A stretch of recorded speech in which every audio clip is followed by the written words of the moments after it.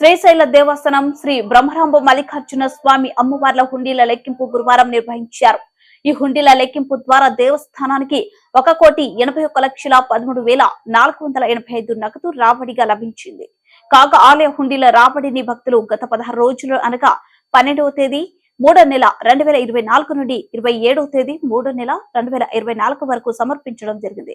అదేవిధంగా 178 యుఎస్ఏ డాలర్లు, 20 Saudi Arabia riyals, 20 UK pounds, 5 Australia డాలర్లు, 100 స్వీడన్ కోనార్స్ మొదలైన విదేశీ కరెన్సీ కూడా ఈ హుండీల లెక్కింపులో లభించాయి. పటిష్టమైన భద్రతా ఏర్పాట్ల మధ్య సీసీ కెమెరాలు నిఘాతో ఈ లెక్కింపును చేపట్టడం జరిగింది.